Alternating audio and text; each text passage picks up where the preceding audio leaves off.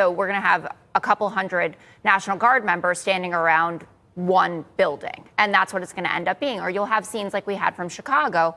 I'm sure you guys saw a delivery guy went by ICE officers that were standing there wearing masks just in the middle of the day. What the ICE fuck, kind of, fall day in Chicago. And I think he yelled F Trump at them. And then you see them chasing him down the street and he gets away. And that's what a lot of people think is going on here, that it is unnecessary. And that doesn't mean that there isn't a way to work together, maybe, on the south side of Chicago. But in Oregon, I trust the AG there who says we have enough people to deal with this. And they have been dealing with it for several months.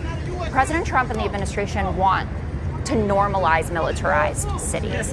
They've talked about it. It doesn't bother them. It doesn't bother Jesse. He would, if we walked outside there, he wouldn't be upset if he saw a militarized New York City. Kathy Hochul put the guard in the subway, and you didn't have a problem with that, Kathy did you? Hochul is in charge of New York State. Donald Trump is not in charge of Oregon or in charge of Illinois, but he doesn't seem to understand that.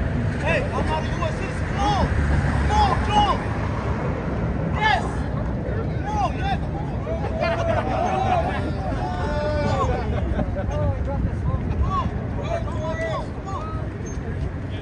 Get him. Watch out. Outside a facility in Portland, Oregon over the weekend as President Trump vows to use, quote, full force if necessary, sending in 200 members of the National Guard to help quell that violence. And that ICE facility in question has been the scene of nightly protests for several months, and that's plagued local residents there. However, Oregon doesn't want the help. The state attorney general filed a federal lawsuit to block the Guard. The latest defense strategy is named after a film. War again.